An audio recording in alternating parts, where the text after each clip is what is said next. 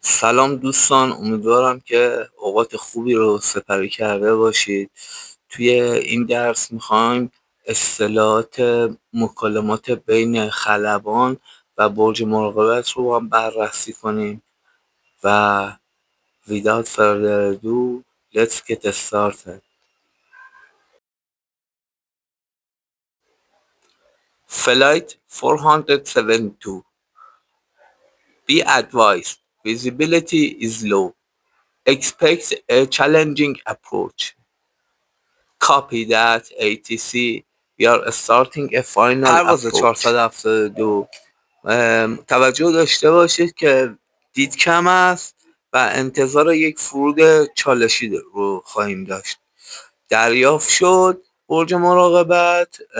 ما در اپروچ نهایی یا همون در مسیر نهایی هستیم. Flight 472. Maintain 3000 feet. Traffic ahead of you. Maintaining 3000 feet. We have the traffic in sight. این پروازم من خودم فیلم برداری کردم و داریم هزینه میکنیم برای تولید محتوا. مثلا میگه که پرواز شماره 472 ارتفاع 3000 پایی رو حفظ کن، ترافیک در جلوی شماست. خلبان میگه ارتفاع 3000 پایی رو حفظ کردم و ترافیک در دیدرس منه. Wind now shifting 240 at 15 knots. Gusting 22. Use caution. میگه باد به سمت 240 درجه و با سرعت 15 نات تا 22 متغیر هست. توجه داشته باشید. Roger. Adjusting heading. A slight turbulence noted. Flight 472. You are slightly high. Reduce altitude 200 feet. Descending 200 feet. Correcting glide path. خلبان میگه راجر، یعنی یه اصطلاح هوایی، یعنی همون چشم. adjusting heading، در مسیر هستیم و یک نوسان مثلا ضعیفی احساس میشه. برج مراقبت میگه پرواز شماره 472 شما یک مقدار بالا هستید، ارتفاعتون رو تا 200 پا کاهش بدین. میگه خلبان میگه ارتفاع 200 پا کاهش داده شد و مسیر اصلاح شد.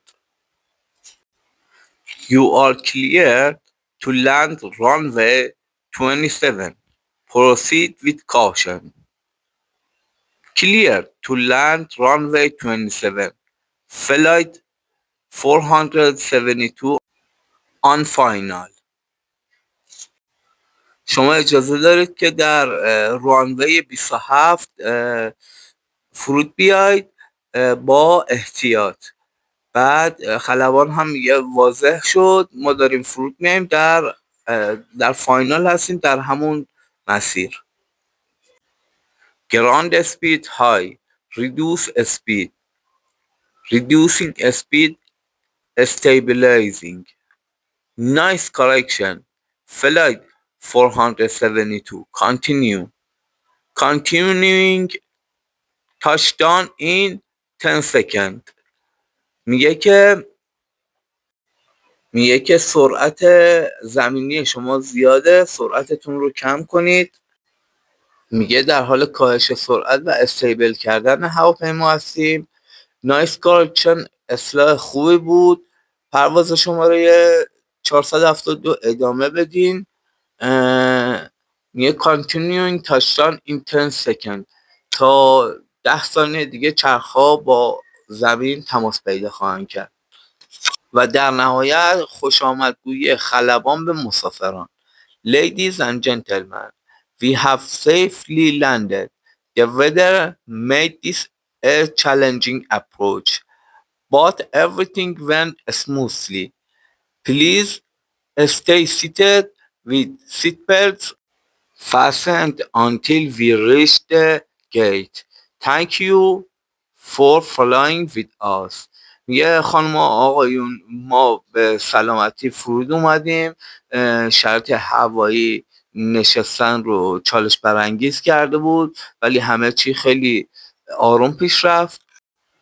لطفا در صندلی‌های خودتون مستقر باشید و کمربندها رو کمربندهاتون رو تا رسیدن به گیت باز نکنید. تشکر برای پرواز با ما. Take care. See you soon. Bye.